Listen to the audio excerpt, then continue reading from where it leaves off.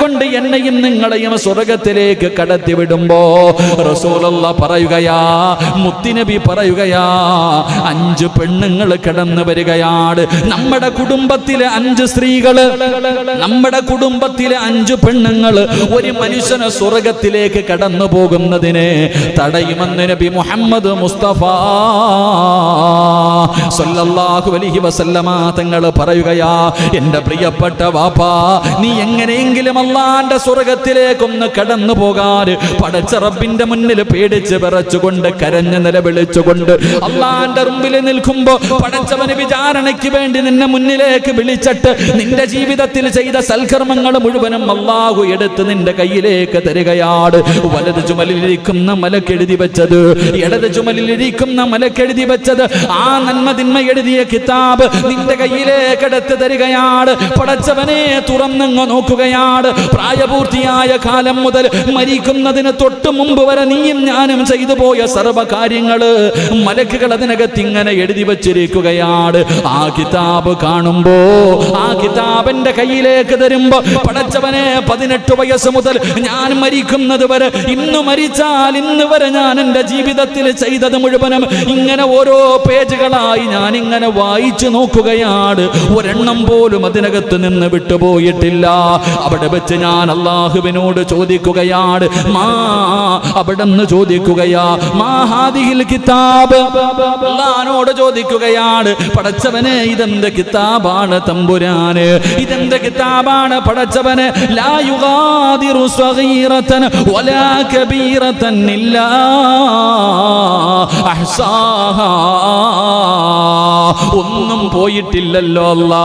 ഇതെന്ത് കിതാബാണ് പടച്ചവനെ. ഞാൻ ചെയ്തത് മുഴുവനും ബെഡ്റൂമിനകത്തിരുന്ന് ചെയ്തത്, റൂമിന്റെ അകത്തിരുന്ന് ചെയ്തത്, ബാത്റൂമിനകത്തിരുന്ന് ചെയ്തത്, കഥകടച്ചിട്ട് മൊബൈലിലൂടെ ഞാൻ കണ്ടത്, പടച്ചവനെ ആരും അറിയില്ലെന്ന് ഞാൻ രഹസ്യമായി കൊണ്ടു നടന്ന സർവ്വ കാര്യങ്ങളും ഇതിനകത്തുണ്ടല്ലോ തമ്പുരാന്. അല്ലാഹുവേ ഇതെന്ത് കിതാബാണ് പടച്ചവര് എന്ന് പറഞ്ഞുകൊണ്ട് നാളെ പടച്ച റബ്ബിന്റെ പരലോകത്ത് നിന്ന് കരയുമ്പോ അല്ലാഹു പറയുന്ന, സിറാജ് നിന്റെ കയ്യിൽ നന്മയൊന്നുമില്ല, പക്ഷേ നീ ഒരുപാട് സൽക്കർമ്മങ്ങള് യതീമീങ്ങൾക്ക് വേണ്ടി, പാവപ്പെട്ടവർക്ക് വേണ്ടി, പള്ളികൾക്ക് വേണ്ടി, രോഗികൾക്ക് വേണ്ടി ഒരുപാട് നീ ചെയ്തവനാണല്ലോ. അതുകൊണ്ട് അതിന് പകരം അല്ലാഹു എനിക്ക് സ്വർഗം തരുമെന്ന് കരുതി അല്ലാഹു എന്നെ സ്വർഗത്തിലേക്ക് കടത്തി വിടുമ്പോ എന്റെ കുടുംബത്തിലെ 5 പെണ്ണുങ്ങളുണ്ടല്ലോ എന്നെ സ്വർഗത്തിലേക്ക് പോകുന്നതിനെ തടയുമെന്ന് ആദരവായ പ്രവാചകൻ നബി മുഹമ്മദ് മുസ്തഫ, ആദരവായ പ്രവാചകൻ നബി മുഹമ്മദ് മുസ്തഫ സല്ലല്ലാഹു അലൈഹി വസല്ലമ തങ്ങൾ പറയുന്നു, നാളെ നമ്മൾ സ്വർഗത്തിലേക്ക് ഇപ്പൊ അവിടെ ചെല്ലുമ്പോ അല്ലാഹു ചോദിക്കും, നമസ്കാരം ഒന്നും ഇല്ലല്ലോടാ സിറാജെ, നോമ്പൊന്നും ഇല്ലല്ലോടാ, ഒരുപാട് സദഖയൊന്നും ഇല്ലല്ലോ, ജീവിതത്തിൽ എല്ലാം പോരായ്മയല്ലേ, എല്ലാം അങ്ങനെ പടച്ചോനെ, ഞാൻ പാവപ്പെട്ടവനാ അല്ലാ, പെട്ടുപോയി തമ്പുരാനെ എൻ്റെ കയ്യിൽ. അവസാനം അല്ലാഹുവിൻ്റെ കരുണ കാരണം അല്ലാ പറയാ, പൊക്കോ നീ എന്ന് പറഞ്ഞിട്ട് എന്നെ സ്വർഗത്തിലേക്ക് കടത്തിവിടുമ്പോ, ഓരോ മനുഷ്യനും സ്വർഗത്തിലേക്ക് കടന്നു പോകുമ്പോൾ ചില ആണുങ്ങളെ കുടുംബത്തിലെ 5 പെണ്ണുങ്ങൾ വന്ന് കയ്യെ പിടിച്ചിട്ട് പറയും, അല്ലാ ഇവന് നീ സ്വർഗം കൊടുക്കല്ലേ എന്ന് റബ്ബിനോട് പറയുമെന്ന് നബി മുഹമ്മദ് മുസ്തഫ സല്ലല്ലാഹു അലൈഹി വസല്ലം. അല്ലാഹു നമ്മളെ കാത്തുരക്ഷിക്കുമാറാകട്ടെ, അല്ലാഹ് കാത്തുരക്ഷിക്കുമാറാകട്ടെ. നമ്മൾ വെറുതെ പറയും പാമ്പ് കടിച്ചവൻ്റെ തലയിൽ ഇടിവെട്ടിയെന്ന്, അതുപോലെ അവസ്ഥ. എങ്ങനെയെങ്കിലും ഒന്ന് സ്വർഗത്തിലേക്ക് കടന്നു പോകുമ്പോൾ നമ്മുടെ കയ്യെ പിടിച്ചിട്ട് നരകത്തിലേക്ക് കൊണ്ടുപോകാൻ ഇവന് നരകം കൊടുക്കണേ എന്ന് പറയുന്ന 5 പെണ്ണുങ്ങൾ നമ്മുടെ വീട്ടിലുണ്ട്. അവരാരാണെന്ന് നമുക്ക് പഠിക്കാം. അല്ലാഹു കാത്തുരക്ഷിക്കുമാറാകട്ടെ, അല്ലാഹു നമ്മളെ കാത്തുരക്ഷിക്കുമാറാകട്ടെ. എൻ്റെ പ്രിയപ്പെട്ട സഹോദരങ്ങൾ, അപ്പോ നാളെ പടച്ച റബ്ബിൻ്റെ പരലോകത്തിലെ ഏറ്റവും വലിയ നഷ്ടവാളിയാരാ? ഒരുപാട് അമലുകളുമായി കടന്നു വരും. അവൻ്റെ അമലുകൾ മുഴുവനും അവൻ്റെ കുടുംബം തിന്നും എന്ന് പറഞ്ഞാൽ അവൻ്റെ ഭാര്യയും മക്കളും, അവന്റെ ഭാര്യയും മക്കളും അവന്റെ അമലുകൾ മുഴുവനും നശിപ്പിച്ചു കളയും. എന്റെ പ്രിയമുള്ള സഹോദരങ്ങളെ, അല്ലാഹുവിന്റെ പ്രവാചകൻ സല്ലല്ലാഹു അലൈഹി വസല്ലമ തങ്ങൾ പറയുകയാ, അല്ലാഹുവിന്റെ റസൂൽ അവിടുന്ന് ഓർമ്മപ്പെടുത്തുന്നു, താടിയുള്ളവരും തഴമ്പുള്ളവരും ജീവിതത്തിൽ ഒരുപാട് സൽക്കർമ്മം ചെയ്ത മനുഷ്യനായിരിക്കാം. അല്ലാഹുവിന്റെ റസൂൽ അവിടുന്ന് പറയുകയാ, യഅതി സമാനുൻ അലാ ഉമ്മതി യകൂനു ഫീഹി ഹലാകുൻ അർറജു അലാ യദി സൗജിഹി വവലദിഹി. റസൂലുള്ളാഹി തങ്ങൾ പറയുകയാണ്, എൻ്റെ ഉമ്മത്തിനൊരു കാലഘട്ടം വരും, എൻ്റെ എന്റെ ഉമ്മത്തിനൊരു കാലഘട്ടം വരും, അന്നത്തെ മനുഷ്യന്മാര് അവന്റെ ഭാര്യയും അവന്റെ മക്കളും നശിപ്പിച്ച് കളയുമെന്ന് നബി മുഹമ്മദ് മുസ്തഫ. അള്ളാഹുവിന്റെ റസൂല് പറഞ്ഞ വാക്ക് എത്രയോ സത്യമാണ്. മുത്തുനബിയല്ലേ പറഞ്ഞത്, ഒരു കാലഘട്ടം വരും, ആ കാലഘട്ടത്തിൽ എന്റെ ഉമ്മത്തിലെ ചിലര് അവന്റെ ഭാര്യയും അവന്റെ മക്കളും അവനെ നശിപ്പിച്ച് കളയുമെന്ന് മുത്തുനബി മുഹമ്മദ് മുസ്തഫ സല്ലല്ലാഹു അലൈഹി വസല്ലമ തങ്ങൾ പറഞ്ഞു. ഒരു കാലഘട്ടം വരും, ആ കാലഘട്ടത്തിലെ മനുഷ്യന് നല്ലവനായിരിക്കും, ചിലപ്പോൾ താടിയുണ്ടാകാം, തഴമ്പുണ്ടാകാം, എന്നെ പോലെ വയലു പറയുന്ന ആളായിരിക്കാം, ഉസ്താദായിരിക്കാം, പക്ഷേ അവന്റെ ഭാര്യയും മക്കളും അവനെ നശിപ്പിച്ച് കളയുമെന്ന് ആദരവായ പ്രവാചകൻ നബി മുഹമ്മദ് മുസ്തഫ സല്ലല്ലാഹു അലൈഹി വസല്ലമ തങ്ങൾ പറയുമ്പോൾ ഓരോ മനുഷ്യനും അവനവന്റെ കുടുംബജീവിതത്തിലേക്കൊന്ന് കണ്ണോടിച്ച് നോക്കിയാൽ മതി, ഇല്ലേ? പല തെറ്റുകൾ നിങ്ങൾ ചിന്തിച്ചു നോക്ക്. മഹാനായ അബുൽ ബഷർ ആദം നബി അലൈഹിസ്സലാം. എൻ്റെ പ്രിയപ്പെട്ട സഹോദരങ്ങളെ, പെണ്ണുങ്ങളെ ഞാൻ കുറ്റപ്പെടുത്തുകയല്ല, എൻ്റെ സഹോദരിമാരെ ഒരിക്കലും ഞാൻ കുറ്റപ്പെടുത്തുകയല്ല. ആണുങ്ങളെ കൊണ്ട് തെറ്റ് ചെയ്യിപ്പിക്കുന്നത് പെണ്ണുങ്ങളാണ്. ആദം നബി അലൈഹിസ്സലാമിന്റെ മുന്നിൽ ഇബ്ലീസ് എന്നിട്ട് പറഞ്ഞു, ഈ കാണുന്ന പഴം കഴിക്ക്. ആദം നബി പറഞ്ഞു, നീ നിന്റെ പണി നോക്കടാ. ആദം നബി പറഞ്ഞത് നിന്റെ പണി നോക്കി. ഇബ്ലീസിന് മനസ്സിലായി ആദം നബിയുടെ കൂടെ നടന്നിട്ട് കാര്യമില്ല.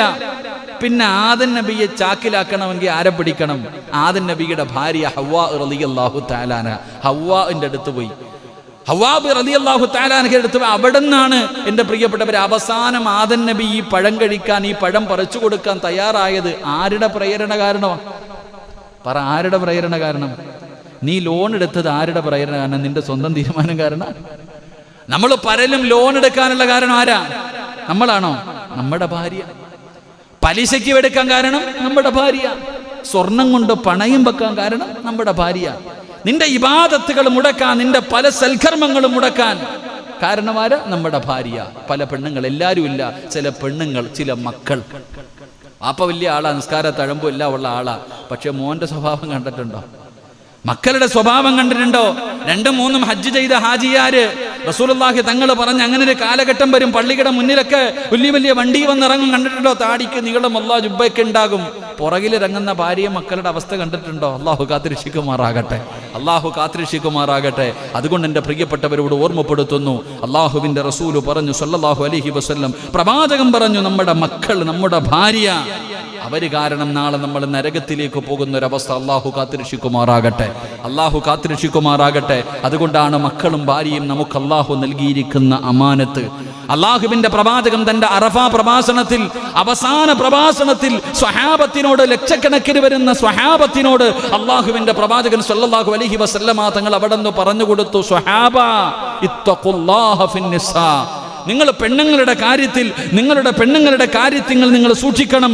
പെണ്ണുങ്ങളും നിങ്ങളുടെ മക്കളും അള്ളാഹു നിങ്ങൾക്ക് നൽകിയിരിക്കുന്ന അമാനത്ത. നാളെ അള്ളാഹുവിന്റെ മുന്നിൽ അതിനെക്കുറിച്ച് വിചാരണയുണ്ടെന്ന് നബി മുഹമ്മദ് മുസ്തഫ സല്ലല്ലാഹു അലൈഹി വസല്ലം. അള്ളാഹു നമുക്ക് ഈമാൻ നൽകുമാറാകട്ടെ, അള്ളാഹു നമുക്ക് ഈമാൻ നൽകുമാറാകട്ടെ. അതുകൊണ്ടാണ് പ്രവാചകൻ സല്ലല്ലാഹു അലൈഹി വസല്ലമ തങ്ങൾ പറഞ്ഞു, അള്ളാഹുവിന്റെ പ്രവാചകൻ അവിടെ നിന്ന് പറയുകയാണ്, ഫസമ്മാഹു മുഹമ്മദൻ ഹുബ്ബിലീ. അള്ളാഹുവിന്റെ പ്രവാചകൻ പറയുന്നു, ഏതെങ്കിലും ഒരു മകൻ അള്ളാഹു ഒരു ആൺകുട്ടിയെ കൊടുത്തു, ഏതെങ്കിലും ഒരു മനുഷ്യന് അള്ളാഹു ഒരു ആൺകുഞ്ഞിനെ കൊടുത്തു, ആ ആൺകുഞ്ഞിന് എന്നോടുള്ള മഹബത്തിന്റെ പേരിൽ, പ്രവാചകൻ സല്ലല്ലാഹു അലൈഹി വസല്ലമ തങ്ങളോട് സ്നേഹമുള്ള സ്നേഹത്തിന്റെ പേരിൽ, ഫഇന്നഹു ഹുവ മൗലൂദുഹും ഫിൽ, അള്ളാഹുവിന്റെ റസൂൽ പറഞ്ഞു, ഫിൽ ജന്ന, ഏതെങ്കിലും ഒരു മനുഷ്യൻ എന്നോടുള്ള മഹബത്തിന്റെ പേരിൽ തന്റെ മകന് മുഹമ്മദ് എന്ന് പേരിട്ടാൽ ആ മാതാപിതാക്കളും അവനും നാളെ സ്വർഗത്തിൽ എൻ്റെ കൂടെയാണെന്ന് നബി മുഹമ്മദ് മുസ്തഫ, നബി മുഹമ്മദ് മുസ്തഫ സല്ലല്ലാഹു അലൈഹി വസല്ലം പ്രവാചകനോടുള്ള മഹബത്തിന്റെ പേരിൽ. എത്ര പേരാപ്പാ മക്കൾക്ക് മുഹമ്മദ് എന്ന് പേരിട്ടിട്ടുള്ളതെന്ന് കൈപൊക്കിക്കെ. എല്ലാവരും മുഹമ്മദിനോട്, ഇപ്പൊ സത്യത്തിൽ മഹാന്മാര് പറയുന്നു മുഹമ്മദ് അതെന്നെ സല്ലല്ലാഹു അലൈഹി വസല്ലം. അല്ലാഹു ഈമാൻ തരുമാറാകട്ടെ. അവിടെയൊക്കെ മക്കളുടെ പേരുണ്ടാ. നബിയോടുള്ള മഹബത്തിന്റെ പേരിൽ ഏതെങ്കിലും ഒരു പിതാവ്, ഒരു ഉമ്മയോ ഒരു വാപ്പയോ പിതാവ് പേരിടേണ്ടത് വാപ്പയുടെ കടമയാ. ഉമർ ഇബ്നുൽ ഖത്താബ് റളിയല്ലാഹു തആല അൻഹു പള്ളിയിലെ ഉസ്താദിന്റെ അടുക്ക വന്നിട്ട് പറയും, ഉസ്താദേ മോൻ ഭയങ്കര കുരുത്തക്കേടാ ഉസ്താദെ. ഇപ്പൊ ഇവിടുത്തെ ചെറുപ്പക്കാരുടെ കാര്യം തന്നെ നിങ്ങൾ ചിന്തിക്ക്. ഈ പറയുന്ന ഈ മോശമായ രീതിയിൽ നടക്കുന്ന പള്ളിയും പട്ടവുമില്ല നടക്കുന്ന ചെറുപ്പക്കാരന്റെ വാപ്പാടുത്ത് പോയി ചോദിച്ചാൽ പറയും നീയാനാ പറഞ്ഞിട്ട് കാര്യമില്ല. നമ്മളോട് പറയും ഉസ്താദ് ഒന്ന് നന്നാക്ക്. മഹാനായ സയ്യിദുന ഉമർ ഇബ്നുൽ ഖത്താബ് റളിയല്ലാഹു തആല അൻഹു, ആ ഉമർ ഇബ്നുൽ ഖത്താബ് റളിയല്ലാഹു തആല അൻഹുവിന്റെ മുന്നിൽ ഒരു വാപ്പ തന്റെ മകന്റെ കൈ പിടിച്ചു വലിച്ചിടച്ചു കൊണ്ടുവന്നു. മഹാനായ ഉമർ ഇബ്നുൽ ഖത്താബ് റളിയല്ലാഹു തആല അൻഹുവിന്റെ മുന്നിൽ കൊണ്ടുവന്നിട്ട് പറഞ്ഞു, തങ്ങളെ അമീറുൽ മുഅ്മിനീൻ, ഇവൻ ഞാൻ പറഞ്ഞാൽ അനുസരിക്കുന്നില്ല, എന്നെ ബഹുമാനിക്കുന്നില്ല, എന്നെ ആദരിക്കുന്നില്ല, ഒന്ന് ഉപദേശിക്കുന്നു. ഉമർ ഇബ്നുൽ ഖത്താബ് റളിയല്ലാഹു തആല അൻഹു ആ മകനെ ഉപദേശിച്ചു, മോനെ നിന്റെ വാപ്പയോട് നിനക്ക് കടമകളുണ്ട്, കടപ്പാടുകളുണ്ട്, നീ ബഹുമാനിക്കണം, ആദരിക്കണം. നിന്റെ വാപ്പ സ്വർഗത്തിന്റെ മധ്യകവാടമാണ്. നിന്റെ ഉമ്മയുടെ കാൽച്ചുവട്ടിൽ ആ സ്വർഗം കിടക്കുന്നത്. ഇവരെ ആദരിച്ചാലേ നിനക്ക് സ്വർഗമുള്ളൂ. ഇവരുടെ വാക്ക് നിനക്ക് എന്തെങ്കിലും എതിരായ പോയാൽ നിനക്ക് രക്ഷയില്ല. ആ കുട്ടിയോടെല്ലാം പറഞ്ഞു കൊടുത്തു. ആ പൊന്നുമോനെല്ലാം മിണ്ടാതെ നിന്ന് കേൾക്കാം. എന്ത് നല്ല അനുസരണയുള്ള കുട്ടി. ഉമർ ഇബ്നുൽ ഖത്താബ് തങ്ങൾക്ക് തന്നെ അത്ഭുതം തോന്നി, ഇത്രയും അനുസരണയുള്ള കുട്ടിയോ. എല്ലാ ഉപദേശവും അവിടെ നിന്ന് കേട്ടു. അവസാനം വാപ്പ വിചാരിച്ചു എന്റെ മോൻ നന്നായി അൽഹംദുലില്ലാ, പോകാമെന്ന് പറഞ്ഞ് പിരിയുമ്പോ ആ മകൻ ഉമർ ഇബ്നുൽ ഖത്താബ് റളിയല്ലാഹു തആല അൻഹുവിനോട് ചോദിച്ചു, ഖലീഫ, ഇത്രയും നേരം വഅദ് പറഞ്ഞത് എന്റെ ഉപ്പാനോട് എനിക്കുള്ള കടമയെക്കുറിച്ചാണ്, എന്റെ മാതാപിതാക്കളോട് എനിക്കുള്ള കടമകളെ കുറിച്ചാണ് അങ്ങ് ഇത്രയും നേരം പറഞ്ഞത്. ഞാൻ സമ്മതിച്ചു. പക്ഷെ ഒരു സംശയം ചോദിച്ചു കൊള്ളട്ടെ, എന്റെ വാപ്പായിക്ക് എൻ്റെ അടുത്ത് വല്ല കടമയുണ്ടോ? വല്ലാത്ത ചോദ്യം. എന്റെ വാപ്പായിക്ക് എൻ്റെ അടുത്ത് വല്ല കടമയുമുണ്ടോ? ഉമർ ഇബ്നുൽ ഖത്താബ് റളിയല്ലാഹു തആല അൻഹു പറഞ്ഞു, മോനെ, നിന്റെ വാപ്പായിക്കും നിന്റെ അടുത്ത് ചില കടമകളുണ്ട്. 3 കടമകളാ പറഞ്ഞു കൊടുത്തേ. 3 കടമകളാണ് പറഞ്ഞു കൊടുത്തത്. ഒന്നാമത്തെ കടമ, നിനക്ക് നല്ല ഒരു ഉമ്മാനെ തരണം. ഒരു വാപ്പാടെ കടമയാ. ഒരു വാപ്പ മക്കളോട് ചെയ്യേണ്ട കടമകളിൽ ഒന്നാമത്തെ കടമ, അവന് നല്ല ഒരു ഉമ്മാനെ കൊടുക്കണം. ദീനീ ബോധമുള്ള, അള്ളാഹുവിനെ ഭയന്ന് ജീവിക്കുന്ന ഒരു പെണ്ണിനെ വേണം അവന് ഉമ്മയായിട്ട് കൊടുക്കാൻ. 2, മക്കൾക്ക് നല്ല പേരിടണം. മക്കൾക്ക് നല്ല പേരിടണം. 3-മതായിട്ട് പറഞ്ഞു കൊടുത്തു, തൻ്റെ മക്കൾക്ക് മര്യാദ, അദബ് പഠിപ്പിച്ചു കൊടുക്കണം. സുബ്ഹാനല്ലാഹ്. ഈ മോൻ പറഞ്ഞ മറുപടി എന്തെന്നറിയോ? ഈ മകൻ പറഞ്ഞ മറുപടി, ഈ 3 പറഞ്ഞ കാര്യവും, ഈ പറഞ്ഞ 3 കാര്യവും എൻ്റെ വാപ്പ പാലിച്ചിട്ടില്ല. ഒന്നാമതായിട്ട് പറഞ്ഞു, ഒരു അള്ളാഹുവിനെ ഭയമുള്ള സ്വാലിഹത്തായ ഒരു ഈമാനുള്ള പെണ്ണിനെ വേണം ഉമ്മയായിട്ട് കൊടുക്കാൻ.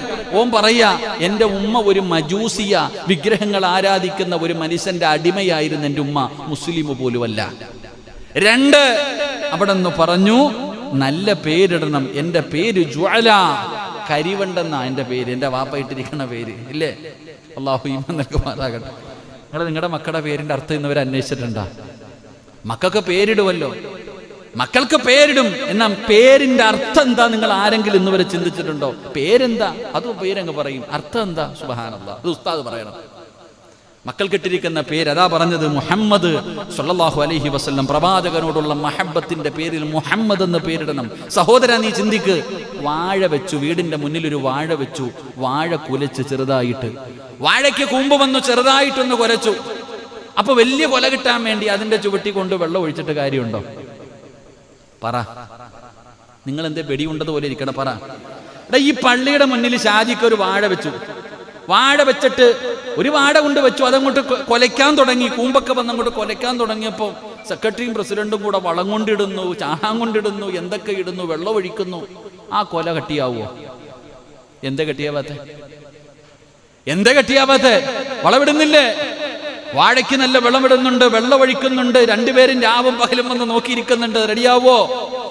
എന്താ റെഡിയാവാത്തെ? വളം കൊടുക്കേണ്ട സമയത്തല്ലുപ്പാ, അതിനു മുമ്പേ ചിന്തിക്കണം. അല്ലാഹു ഈമാൻ തരുമാറാകട്ടെ. ഉസ്താദേ, മക്കള് അല്ലേ, എന്താ ഞാൻ പറഞ്ഞുതരാം. ഞാൻ ഉദാഹരണം പറഞ്ഞതേ ഉള്ളൂ. ഞാൻ പറഞ്ഞു തരാം. എങ്കിൽ ഒരു യഥാർത്ഥ കർഷകൻ എങ്ങനെ ആയിരിക്കണം? ആദ്യം ഷാജിക്ക ചിന്തിക്കണം, ഈ പള്ളിയുടെ മുന്നിൽ ഞാനൊരു വാഴ വെച്ചാൽ നല്ലതുപോലെ കൊലയ്ക്കുവോ, അതിന് പറ്റിയ മണ്ണാണോ എന്ന് നോക്കണം. അല്ലാഹു ഈമാൻ തരുമാറാകട്ടെ. ആദ്യം അതല്ലേ നോക്കണ്ടേ? നിങ്ങൾ പറ, ആദ്യം അതല്ലേ നോക്കണ്ടേ? ഞാൻ ഇവിടെ ഒരു വാഴ വെച്ചാൽ ആ വാഴ കൊലയ്ക്കുവോ? യഥാർത്ഥത്തിൽ നല്ല മണ്ണിൽ വെച്ചാലേ, കൃഷിക്ക് വളവുള്ള നല്ല കൂറുള്ള മണ്ണിൽ വെച്ചാലല്ലേ. നിങ്ങളല്ലേ ഇപ്പൊ പച്ചക്കറിക്കാരൻ, പറയപ്പാ. ഉണ്ടേ? ചുമ്മാതെ ഇവിടെ ഒരു വാഴ വെച്ചാൽ കിളിക്കോ? കിളിക്കൂല. കാരണം എന്താ? കിളിക്കും, പക്ഷെ വലിയ ഗുണമൊന്നും ഉണ്ടാവത്തില്ല. അപ്പൊ ഞാൻ പറഞ്ഞു വന്നത്, ഒരു യഥാർത്ഥ കർഷകൻ ആദ്യം ഭൂമി നോക്കണം, ഇത് കൊള്ളാവോന്ന്. അപ്പൊ അൽഹംദുലില്ലാ കൊള്ളാം. അപ്പൊ എന്ത് ചെയ്യണം? അൽഹംദുലില്ലാ ഒരു നല്ല മണ്ണായി അവിടെ ഒരു വിത്തിട്ടു, അതിന് വളവിട്ടു. അൽഹംദുലില്ലാ അത് കൊലയായി കഴിഞ്ഞാൽ പിന്നെ വളവിട്ടില്ലെങ്കിൽ അത് ക്ലിയർ ആയിക്കൊള്ളും. അല്ലാഹു ഈമാൻ തരുമാറാകട്ടെ. ഞാൻ പറഞ്ഞു വന്നത് എന്താന്ന് മനസ്സിലായോ? വാഴയല്ല, ഞാൻ വാഴയല്ല പറഞ്ഞത്. ഉസ്താദെ 18 വയസ്സുള്ള എന്റെ മോനെ നിരയാക്കെന്ന് പറയുന്ന വാപ്പ, അത് ഇപ്പോഴല്ല നീ ചിന്തിക്കണ്ടേ, നീ അത് ഇപ്പോഴല്ല ചിന്തിക്കേണ്ടത്. അള്ളാഹുവിന്റെ പരിശുദ്ധമായ ഖുർആൻ എവിടെന്ന് പറയുകയാണ്, നീ നേരത്തെ ചിന്തിക്കണം. നിന്റെ മക്കളെ നേരെയാക്കണമെങ്കിൽ, സ്വാലിഹായ സന്താനത്തിനെ കിട്ടണമെങ്കിൽ ഒറ്റ ദിവസം കൊണ്ട് നിനക്കതിന് കഴിയില്ല. അള്ളാഹുവിന്റെ പരിശുദ്ധമായ ഖുർആൻ പറയുകയാ, നിസാഉകും ഹറുസുൽ ലക്കും. നിന്റെ ഭാര്യ നിന്റെ കൃഷിയിടമാണ്, നിന്റെ ഭാര്യ നിന്റെ കൃഷിയിടമാണ്. അതുകൊണ്ട് നിന്റെ കൃഷിയിടമായ നിന്റെ ഭാര്യ നീ തിരഞ്ഞെടുക്കുമ്പോ ഏതെങ്കിലും ഒരു പെണ്ണിനെ തിരഞ്ഞെടുത്താ പോരാ. അല്ലാഹുവിന്റെ റസൂൽ പറഞ്ഞു, തുൻകഹുൽ മർഅതു ലിഅർബഇൻ വലിമാലിഹാ വലിജമാലിഹാ വലിഹസബിഹാ വലിദീനിഹാ ഫളുഫറു ബിദാത്തിദ്ദീൻ. ദീനുള്ള പെണ്ണിനെ തിരഞ്ഞെടുക്കണം. 5 നേരം നിസ്കരിക്കുന്ന, പടച്ചറപ്പിനെ പേടിയുള്ള, പടച്ചവനെ അല്ലാഹുവിനെ ഭയന്ന് ജീവിക്കുന്ന ഒരു പെണ്ണിനെ വേണം നീ തിരഞ്ഞെടുക്കാൻ. ആ പെണ്ണിന്റെ വയറ്റിലെ നല്ല മക്കള് പിറക്കൂ എന്ന് അല്ലാഹുവിന്റെ വിശുദ്ധ ഖുർആൻ. അല്ലാഹു ഈമാൻ തരുമാറാകട്ടെ. അതുകൊണ്ട് അല്ലാഹ് പറഞ്ഞത്, പെണ്ണ് കെട്ടാൻ നിൽക്കുമ്പോ നീ എന്ത് ചെയ്യണം? ദീനുള്ള പെണ്ണിനെ തിരഞ്ഞെടുക്കണം. പണവും സൗന്ദര്യം എല്ലാം വേണം, അതൊക്കെ വേണം. പക്ഷെ നീ മുൻഗണന കൊടുക്കേണ്ടത് ദീനിനാ. അപ്പം ദീനുള്ള ഒരു പെണ്ണിനെ നീ വിവാഹം കഴിച്ചു, അൽഹംദുലില്ലാ കഴിച്ചു. അത് കഴിഞ്ഞിട്ട് നീ എന്ത് ചെയ്യണം? പിന്നെ ചെയ്യേണ്ട ചില കാര്യങ്ങളുണ്ട്. ദുആ ചെയ്യണം, നല്ല കാര്യങ്ങൾ ചെയ്യണം, എന്നിട്ട് വേണം. അപ്പം അങ്ങനെ വരുമ്പോൾ ആ മക്കൾ നേരെയാകും. അല്ലാഹു നമുക്ക് ഈമാൻ നൽകുമാറാകട്ടെ. ഇന്ന് നമ്മൾ ഈ മാസം നമ്മൾ റബീഉൽ ആഖിറിലേക്ക് കടന്നു. ഈ മാസം ഒരു മഹാനായ ഖുതുബുൽ അഖ്താബ് ശൈഖ് മുഹിയുദ്ദീൻ അബ്ദുൽ ഖാദിർ അൽ ജീലാനി ഖദ്ദസല്ലാഹു സിർറഹുൽ അസീസ് മഹാനവറുകളുടെ മാസമാണ് ഈ മാസം. ആ മഹാനവറുകളുടെ ചരിത്രം എടുത്ത് വായിച്ചു നോക്കിയാൽ മതി, അവിടുത്തെ ഉമ്മ എങ്ങനെയാണ് വളർത്തിയത് എന്ന്. എൻ്റെ പ്രിയപ്പെട്ട സഹോദരങ്ങളെ, നമുക്ക് പഠിക്കാൻ കഴിയും. അല്ലാഹു ഈമാൻ നൽകുമാറാകട്ടെ. അല്ലാഹു നമുക്ക് ഈമാൻ നൽകുമാറാകട്ടെ. മക്കളെ വളർത്തുമ്പോൾ അതിൻ്റെതായ മര്യാദകളോടുകൂടി വളർത്തണം. പഴയ ആൾക്കാർ പറയും, വൈകുന്നേര സമയമായാൽ കുട്ടികളെ പുറത്തുവിടാൻ പാടില്ല, അല്ലേ? അത് ഉമ്മ പിന്നത്തെ ആരകേക്ക. പണ്ടത്തെ ആൾക്കാർ പറയും, കുട്ടികളെ പുറത്തേക്ക് എന്താ വൈകുന്നേരം സമയമായ പുറത്തു വിടാൻ പാടില്ല. മഹാനായ അബ്ബാസ് റളിയല്ലാഹു തആല അൻഹു മഹാനവറുകൾ പറയുന്നു, ഫകഫൂ സിബിയാനകും ഫഇന്നഹാ സഅതു തൻതശിറു ഫീഹി സിയാബ്. മഹാനവറുകൾ അവിടെ നിന്ന് പറയുകയാണ്, വൈകുന്നേര സമയമായാൽ നിങ്ങളുടെ കൊച്ചുമക്കളെ നിങ്ങൾ പുറത്തേക്ക് വിടല്ലേ. മാതാപിതാക്കൾ നല്ലതുപോലെ പഠിക്കേണ്ട കാര്യമാണ്.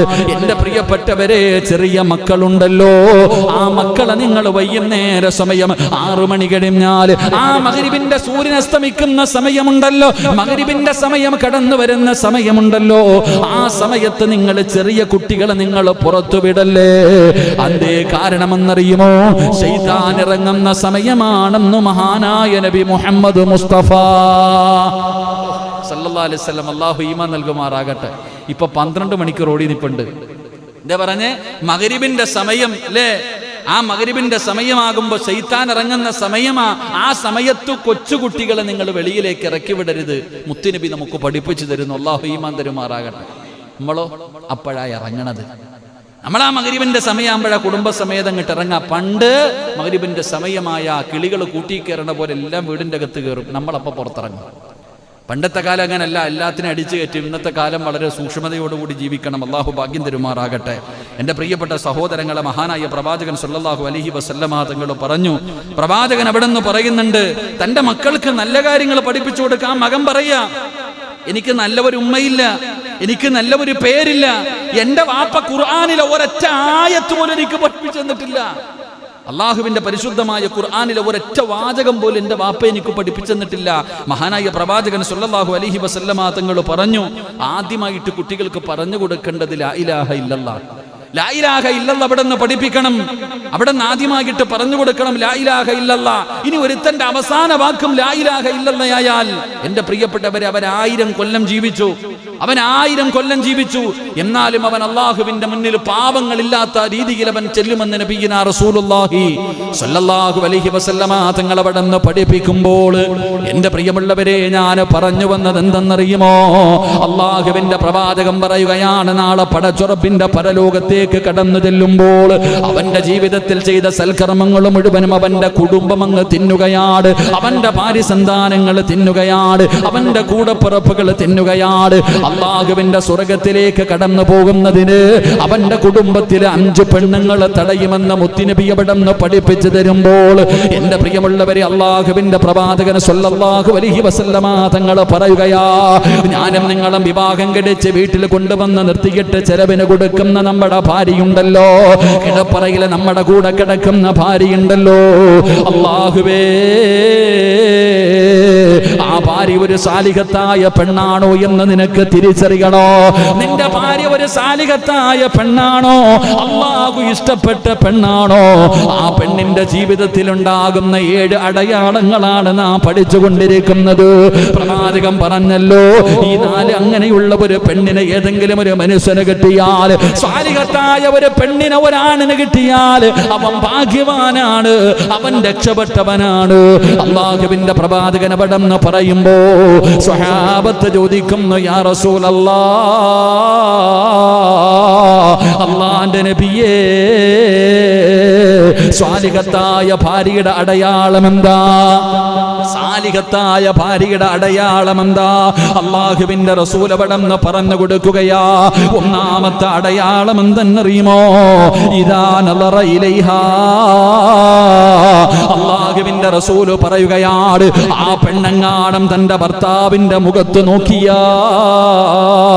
ഭർത്താവിന്റെ ജീവിതത്തിലെ സർവ്വ പ്രയാസങ്ങളും മാറുകയാണ്, സർവ്വവേദനകളും മാറുകയാണ്, സർവ്വ ദുഃഖങ്ങളും മാറുകയാണ്.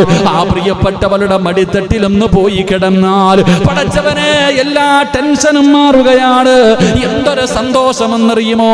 എന്തൊരു സമാധാനമെന്നറിയുമോ? ഭാര്യയുടെ ചിരി കണ്ടു കഴിഞ്ഞാൽ ഭർത്താവിന് സമാധാനമാണ്. വീട്ടിലേക്ക് കടന്നു ചെന്ന് കഴിഞ്ഞാൽ അവരുടെ ജീവിതം സന്തോഷമാണ്, സ്വർഗമാണ്, സ്വർഗമാണ്. പടച്ചവരെ, അങ്ങനെ ഏതെങ്കിലും ഒരു ഭർത്താവിന് സന്തോഷം തോന്നുന്നുണ്ടോ? നിന്റെ ഭാര്യയുടെ പുഞ്ചിരി കാണുമ്പോ, നിന്റെ ഭാര്യയുടെ മുഖം കാണുമ്പോ അല്ലാഹുവേ, നിനക്ക് സമാധാനമുണ്ടോ? നിനക്ക് സന്തോഷമുണ്ടോ? നിന്റെ ടെൻഷൻ മാറുന്നുണ്ടോ? നിന്റെ പ്രയാസം മാറുന്നുണ്ടോ? നിന്റെ ഭാര്യയോട് നിന്റെ മനസ്സ് തുറന്ന് സർവ്വ കാര്യങ്ങളും പങ്കുവെക്കണമെന്ന് തോന്നുന്നുണ്ടോ? എങ്കിലും നിന്റെ ഭാര്യ ഒരു സ്വാലിഹത്തായ പെണ്ണാണെന്ന് നബി മുഹമ്മദ് മുസ്തഫ സ്വല്ലല്ലാഹു അലൈഹി വസല്ലമ തങ്ങൾ പഠിപ്പിക്കുകയാ. സ്വാലിഹത്തായ പെണ്ണിന്റെ ഒന്നാമത്തെ അടയാളം അതാണ്. ഒന്നാമത്തെ അടയാളം, ഭർത്താവ് തന്റെ രഹസ്യവും പരസ്യവും എല്ലാ കാര്യവും ഭാര്യയോട് പറയുന്നുണ്ട്. അങ്ങനെ ജീവിക്കുന്ന പലരെയും നമ്മൾ കണ്ടിട്ടുണ്ട്. പടച്ചവനെ, ഭാര്യയും ഭർത്താവും കൂട്ടുകാരെ പോലെ, ഫ്രണ്ട്സുകളെ പോലെ, പടച്ചവനെ, തമാശകളെ പറഞ്ഞ് രണ്ടുപേരും സന്തോഷത്തോടെ ജീവിക്കുകയാണ്. പടച്ചവനെ, ഭാര്യ വീടിന്റെ കവാടത്തിൽ കാത്തു നിൽക്കുകയാ, ഭർത്താവ് വരുന്നത് കാത്തിരിക്കുകയാണ്. അങ്ങനെ ഒരു കാലമുണ്ടായിരുന്നല്ലോ. ഭർത്താവ് താമസിച്ചാൽ വീടിന്റെ കവാടത്തിൽ തന്റെ ഭർത്താവിനെ കാത്തു നിൽക്കുന്ന ഭാര്യ, പടച്ചവനെ, ഭർത്താവ് വരാതെ ഭക്ഷണം കഴിക്കൂല, ഭർത്താവ് കഴിക്കുന്ന പാത്രത്തിലെ ഭക്ഷണം കഴിക്കൂ. അങ്ങനെ കുടുംബജീവിതം നയിച്ചിരുന്ന നിന്റെ വാപ്പയെയും ഉമ്മയെയും മറന്നുപോയി. പഴയ തലമുറയിലെ മാതാപിതാക്കൾ പ്രായം ചെന്നവരാണെങ്കിലും എന്തൊരു സ്നേഹമെന്നറിയുമോ? എന്തൊരു സ്നേഹമെന്നറിയുമോ? ഭർത്താവ് കടിച്ച പാത്രത്തില് എന്തിന് എന്റെ വാപ്പ അല്ലെങ്കിൽ നിങ്ങളുടെ വാപ്പ, നിങ്ങളുടെ വാപ്പ കടിച്ചിട്ട് വെച്ച പാത്രത്തിലെ ഉമ്മ ഭക്ഷണം കഴിക്കൂ. കാരണം പടച്ചവനെ, ഒരൽപ്പം ഭക്ഷണം അവർ പാത്രത്തിൽ വെക്കുമായിരുന്നു. ഇനി അവർ രണ്ടുപേരും ഒറ്റയ്ക്കാണെങ്കിൽ സുബ്ഹാനല്ലാഹ്, പഴയ വീടുകളിൽ ഒരു വലിയ പാത്രം കാണാ, അവരൊരുമിച്ച് ഭക്ഷണം കഴിക്കൂ, അവര് കുടുംബസമേതം ഒരുമിച്ച് ഭക്ഷണം കഴിക്കൂ. അങ്ങനെ കഴിച്ചതിലൂടെ ഉണ്ടാകുന്ന നേട്ടം എന്തെന്നറിയുമോ? ഒരുമിച്ച് ഭക്ഷണം കഴിക്കണ്, ഒരു പാത്രത്തില് ഭക്ഷണം കഴിക്കണ്. അങ്ങനെ ഭക്ഷണം കഴിച്ചാ അല്ലാഹു ആ ഭവനത്തിൽ ബർക്കത്ത് ചെയ്യുമെന്ന് ആദരവായ ആദരവായ പ്രവാചകൻ നബി മുഹമ്മദ് മുസ്തഫ സല്ലല്ലാഹു അലൈഹി വസല്ലമ തങ്ങൾ പറയുമ്പോൾ എൻ്റെ പ്രിയപ്പെട്ട മാതാപിതാക്കളോട് ഓർമ്മപ്പെടുത്തുകയാണ്, നിങ്ങൾ വീട്ടിലൊരു വലിയ പാത്രം വാങ്ങണേ, നിങ്ങൾ വീട്ടിലൊരു വലിയ പാത്രം വാങ്ങണേ, എന്നിട്ട് നിങ്ങൾ ഒരുമിച്ചിരുന്ന് ഭക്ഷണം കഴിക്കണേ. ഒരേ പാത്രത്തിൽ ഭാര്യയും ഭർത്താവും മാതാപിതാക്കളും മക്കളും എല്ലാവരും ഒരുമിച്ചിരുന്ന ഒരു പാത്രത്തിൽ ഭക്ഷണം കഴിച്ചാൽ അവർക്ക് അല്ലാഹു കൊടുക്കുന്ന 3 പ്രതിഫലം പറഞ്ഞു തരാ. അല്ലാഹു പഠിക്കാനുള്ള ഭാഗ്യം നൽകുമാറാകട്ടെ. അല്ലാഹു നമുക്ക് പഠിക്കാനുള്ള ഭാഗ്യം നൽകുമാറാകട്ടെ. കുടുംബസമേതം ഭാര്യയും ഭർത്താവും മക്കളും ഒരുമിച്ചിരുന്ന് ഭക്ഷണം കഴിക്കണം. അങ്ങനെ ഭക്ഷണം കഴിച്ച അള്ളാഹു ആ കുടുംബത്തിന് 3 പ്രതിഫലം കൊടുക്കും. അള്ളാഹു നമുക്ക് ഈമാൻ തരുമാറാകട്ടെ. അള്ളാഹു ഈമാൻ തരുമാറാകട്ടെ. കഴിക്കൂലേ? ഞാൻ തെളിവ് സഹിതം പറഞ്ഞുതരാം, നിങ്ങൾ പേടിക്കണ്ട. നിങ്ങളുടെ ജീവിതം മാത്രം എടുത്തു നോക്കിയാൽ മതി, വേറെ ആരുടെയും ജീവിതം വേണ്ട. എൻ്റെ പ്രിയപ്പെട്ട സഹോദരങ്ങളെ, പഴയ വീടുകളിൽ ഉണ്ടായിരുന്നു, ഇപ്പോഴത്തെ വീടുകളിലില്ല. ഈ ഒരുമിച്ചിരുന്ന് ഭക്ഷണം കഴിക്കുന്ന വീടുകളിൽ അള്ളാഹുവിന്റെ ബർക്കത്ത് ഉണ്ടാകുമെന്ന് ആദരവായ പ്രവാചകൻ നബി മുഹമ്മദ് മുസ്തഫ സല്ലല്ലാഹു അലൈഹി വസല്ലം. സത്യല്ലേ? ഇവിടെ പണ്ടുള്ള ഒരു 15 വർഷം 20 വർഷം ബാക്കിലോട്ട് ചിന്തിക്ക്, എവിടെയാ അപ്പൊ ദാരിദ്ര്യം പറയണേ? എവിടെയാ ദാരിദ്ര്യമുള്ളത്? ഏതെങ്കിലും ആപ്പ അല്ലോ എന്റെ മോളെ കെട്ടിക്കും, എങ്ങനെ കെട്ടിക്കും, ടെൻഷൻ അടിച്ചിട്ടുണ്ടാ? ഉണ്ടോ മനുഷ്യ? ഇന്ന് നിനക്ക് ആകെ 2 എണ്ണേ ഉള്ളൂ. 10ാം ക്ലാസ്സിൽ പഠിക്കുന്ന ഒരു മകൾ, ഒരു ചെറിയ മകളെ ഉള്ളൂ. നീ ഇപ്പഴും ചിന്തിക്കുന്നത് എങ്ങനെ കെട്ടിക്കും. നിന്റെ ടെൻഷൻ അതാ അല്ലേ? വീട് നന്നാക്കണം, അത് റെഡിയാക്കണം, ഇത് എന്താ ജോലിയില്ല, കൂലിയില്ല, എന്റെ മോളെ എങ്ങനെ കെട്ടിക്കും? നിന്റെ അത്തായിക്ക് ഇത് വല്ലതും ചിന്ത ഉണ്ടായിരുന്നോ? അത്തായിക്ക് 5 എണ്ണം ഉണ്ടായിരുന്നല്ലോ. നിന്റെ സഹോദരിമാർ 5 പെങ്ങന്മാരുണ്ടായിരുന്നല്ലോ, 6 എണ്ണം ഉണ്ടായിരുന്നല്ലോ. നിന്റെ വാപ്പ ഏതെങ്കിലും പള്ളിയുടെ ലെറ്റർ പേഡും കൊണ്ട് വെള്ളിയാഴ്ച പള്ളിയുടെ മുന്നിൽ പോയിരുന്ന് എരന്നിട്ട കെട്ടിച്ച് ഏത് വാപ്പായ അപ്പൊ പണ്ട് പിരിവിന് പോയിട്ടുള്ള? നിങ്ങൾ പറ, എന്തും ഉണ്ടായിരിക്കണം ഉള്ളത് ചോദിക്കുമ്പോ. എടാ, നിങ്ങളൊരു 10-25 കൊല്ലം എൻ്റെ കാലം കഴിഞ്ഞ് എൻ്റെ പൊട്ട ഒരു 30 കൂടി ബാക്കിലോട്ട് ചിന്തിക്ക്. ഏത് പള്ളിയുടെ ലെറ്റർ പേഡും കൊണ്ടാ ഇവിടെ നിന്ന് അങ്ങനെ ഒന്ന് എഴുതി കൊടുത്തേക്കില്ലട്ടാ. അല്ലാഹു ആലം. അല്ലാഹു ഈമാൻ നൽകുമാറാകട്ടെ. പള്ളിയുടെ കൊച്ചിനെ ഉണ്ടെന്നേ ചില മക്കൾ പെണ്ണിനെ കെട്ടിച്ച് 2 മക്കളുമായി ഇപ്പോഴും പിരിവ് നടത്തുന്നവരുണ്ടപ്പാ. അല്ലാഹു കാത്തുരക്ഷിക്കുമാറാകട്ടെ. എന്നാൽ പാപങ്ങളുണ്ട്, ഇല്ലാന്ന് ഞാൻ പറയുന്നില്ല. എന്റെ പ്രിയ പന്ന ഒരു 10-25 കൊല്ലം മുമ്പ് ആര് പിരിവെടുത്തിട്ട? അത് അള്ളാഹു അറിയാം, പടച്ചവനറിയാ, അള്ളാഹ് നോക്കിക്കൊള്ളതൊക്കെ. ഇതിന് ഈമാനപ്പൊ ഒരു വിശ്വാസം. പാകേറിയ റബ്ബിനറിയാൻ റിസ്ക് തരാൻ. എന്റെ ഭാര്യ ആരാണെന്ന് അള്ളാഹു ഇപ്പൊ ഞാൻ ജനിച്ചപ്പെട്ട റബ്ബ് തീരുമാനിച്ചിട്ടില്ല എന്റെ ഭാര്യ ആരാണെന്ന്. ഞാൻ എത്രാമത്തെ വയസ്സിൽ പെണ്ണ് കെട്ടുവന്ന്. പണം ഉണ്ടെങ്കിലും ഇല്ലെങ്കിലും ഇന്ന് വീടുണ്ടെങ്കിലേ കെട്ടത്തുള്ളൂ. ഇന്ന് വീടുണ്ടെങ്കിലേ കെട്ടു. നമ്മുടെ അത്ത കെട്ടിയത് വീടുണ്ടായിട്ടാ? പറ. എന്റെ അത്ത കെട്ടിയത് എന്റെ വാപ്പ എന്തായാലും വീടുണ്ടായിട്ടല്ല, ഉമ്മാനെ കെട്ടിയിട്ട് പാലക്കാട്ട് പോയി കെട്ടിയിട്ട് വീട്ടിൽ വന്നിട്ട് വീടൊക്കെ ഉണ്ടാക്കിയേ. എന്ത് സന്തോഷമില്ലേ? അൽഹംദുലില്ലാ. അള്ളാഹു അദ്ദേഹത്തിന്റെ ഖബറുടെ സ്വർഗ്ഗമാക്കി കൊടുക്കുമാറാകട്ടെ. നമ്മുടെ ഉമ്മ എപ്പോഴും ജീവിച്ചിരിപ്പുണ്ട്. അള്ളാഹു ആഫിയത്തും ദീർഘായുസും കൊടുക്കുമാറാകട്ടെ. നമ്മൾ ചിന്തിച്ചാൽ മതി, അള്ളാഹു എല്ലാം തരും പടച്ചവൻ. നബി സല്ലല്ലാഹു അലൈഹി വസല്ലമ തങ്ങൾ പൊന്നുമോളെ കെട്ടിച്ചു കൊടുത്ത ആർക്കാ?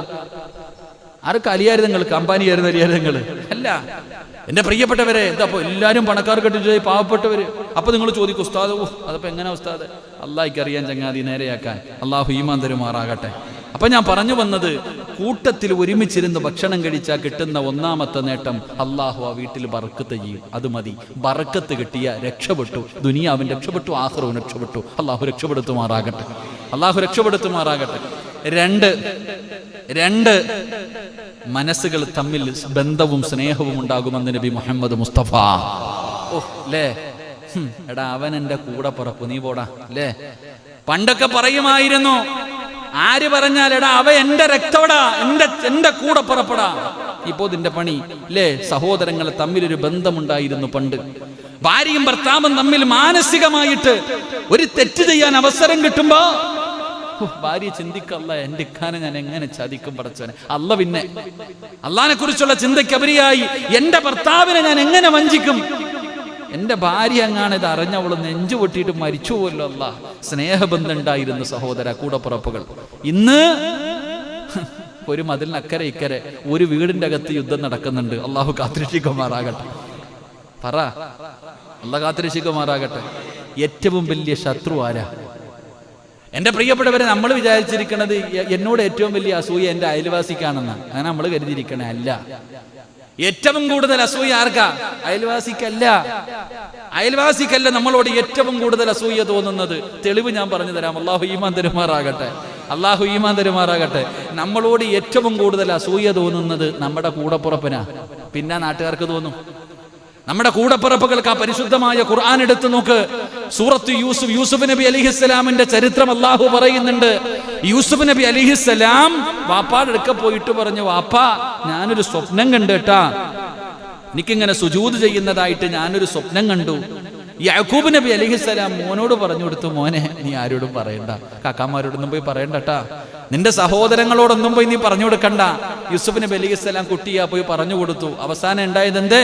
പൊട്ടക്കണത്തിലിട്ടിട്ട് കൊല്ലാൻ നോക്കിയത് ആ കൂടപ്പുറപ്പുകളായിരുന്നു. അള്ളാഹു കാത്തിരക്ഷിക്കുമാറാകട്ടെ.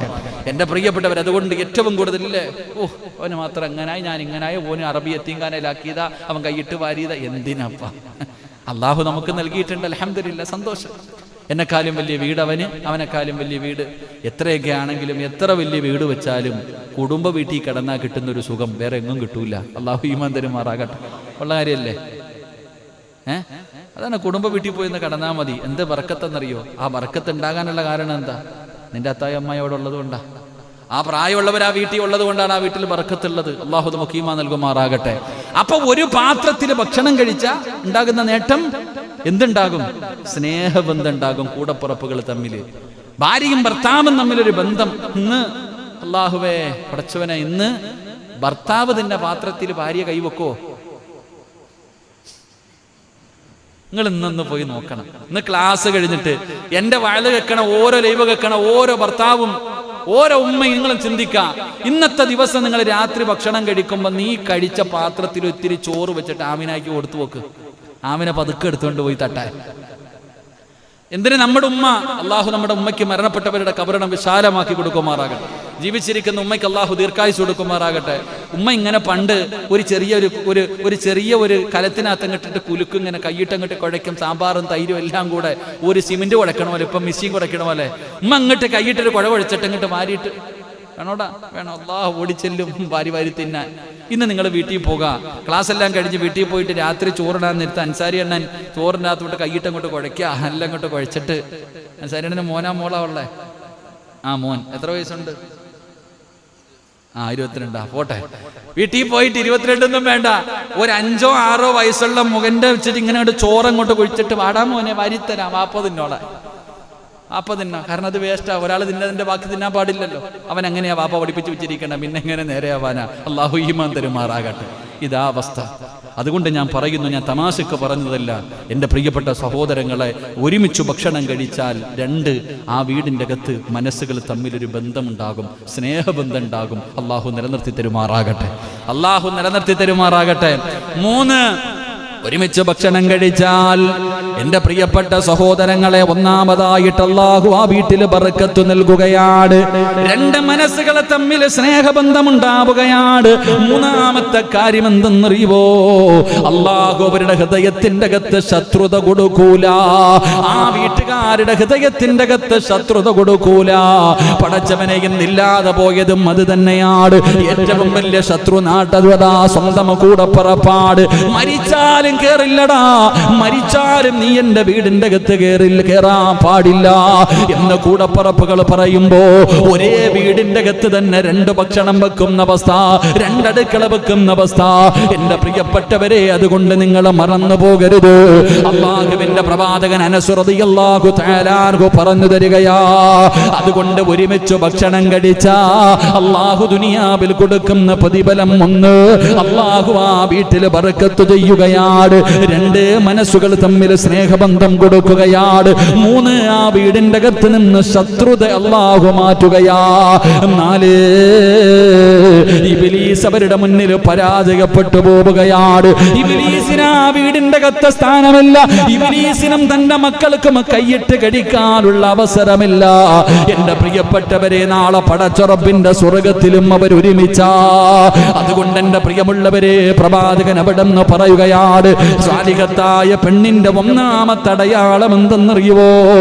അവളുടെ മുഖത്ത് നോക്കിയാൽ സർവ്വ പ്രശ്നങ്ങൾക്കും പരിഹാരമായി, അവിടുന്ന് സമാധാനമായി. ഏത് വേദനയും എത്ര വലിയ പ്രയാസവും ഭാര്യയൊന്ന് തലയിൽ കൈവച്ചിട്ട് പോട്ടയിക്ക ഞാനുണ്ടല്ലോ എന്ന ഒരൊറ്റ വാക്ക് മതി മോനെ, എല്ലാ പ്രശ്നങ്ങൾക്കും പരിഹാരമാവുകയാണ്. രണ്ട്, സ്വാലിഹത്തായ പെണ്ണിന്റെ രണ്ടാമത്തെ അടയാളം എന്താ? റസൂലുള്ള പറയുകയാണ് വൈദാ അമറഹാ, ഭർത്താവ് ഏതെങ്കിലും ഒരു കാര്യം തന്റെ ഭാര്യയോട് കൽപ്പിച്ചാൽ പോകണ്ടെന്ന് പറഞ്ഞാൽ പോകണ്ട, വേണ്ടെന്ന് പറഞ്ഞാൽ വേണ്ട, മതിയെന്ന് പറഞ്ഞാൽ മതി. തന്റെ ഭർത്താവ് ഒരു നല്ല കാര്യം കൽപ്പിച്ചു കഴിഞ്ഞാൽ പടച്ചവനെ എന്റെ ഭർത്താവാണല്ലോ, എന്റെ ഭർത്താവിന്റെ പൊരുത്തമില്ലെങ്കിൽ എനിക്ക് അല്ലാഹുവിന്റെ സ്വർഗ്ഗമില്ലല്ലോ. അല്ലാഹുവിന്റെ പ്രവാചകൻ പറഞ്ഞത് ലോകത്ത് അല്ലാഹുവിന്റെ മുന്നിലല്ലാതെ മറ്റാരെങ്കിലും മുന്നിൽ സുജൂദ് ചെയ്യാൻ അല്ലാഹു കൽപ്പിക്കുമായിരുന്നെങ്കിൽ ഒരു പെണ്ണ് തന്റെ ഭർത്താവിന്റെ മുന്നിൽ സുജൂദ് ചെയ്യാൻ കൽപ്പിക്കുമായിരുന്നു എന്ന് അല്ലാഹുവിന്റെ പ്രവാചകൻ പോലും ഓർമ്മപ്പെടുത്തിയെങ്കിൽ തന്റെ ഭർത്താവിന്റെ കൽപ്പന അനുസരിക്കുന്ന ഭാര്യ എവിടെ പോയാലും ഭർത്താവിന്റെ അനുവാദമില്ലാതെ പോകില്ല. വീടിന് പുറത്തിറങ്ങണോ തന്റെ ഭർത്താവിന്റെ പൊരുത്തം, അത് 15 വയസ്സുള്ള 20 വയസ്സുള്ള ഭാര്യയാണെങ്കിലും 55 വയസ്സുള്ള ഭാര്യയാണെങ്കിലും അല്ലാഹുവേ ഭർത്താവിന്റെ പൊരുത്തമില്ലാതെ വീടിന്റെ വെളിയിലിറങ്ങില്ല, ഭർത്താവിന്റെ അനുവാദമില്ലാതെ പുറത്തിറങ്ങൂല, ഭർത്താവിന്റെ മുന്നിൽ കയർത്തു സംസാരിക്കില്ല, ഭർത്താവിനോട് ദേഷ്യപ്പെടില്ല. പടച്ചവനെ, ഭർത്താവിനെ അനുസരിക്കുന്ന പെണ്ണ്, അങ്ങനെ ഒരു ഗുണം നിന്റെ ഭാര്യക്കുണ്ടോ? അവള് സ്വാലിഹത്തായ പെണ്ണാണെന്ന് നബി മുഹമ്മദ് മുസ്തഫ. എന്റെ പ്രിയപ്പെട്ട പെങ്ങള്, അല്ലാഹുവിന്റെ പ്രവാചകന്റെ ഖദീജയെ കുറിച്ച് പഠിക്കണം പെണ്ണ്.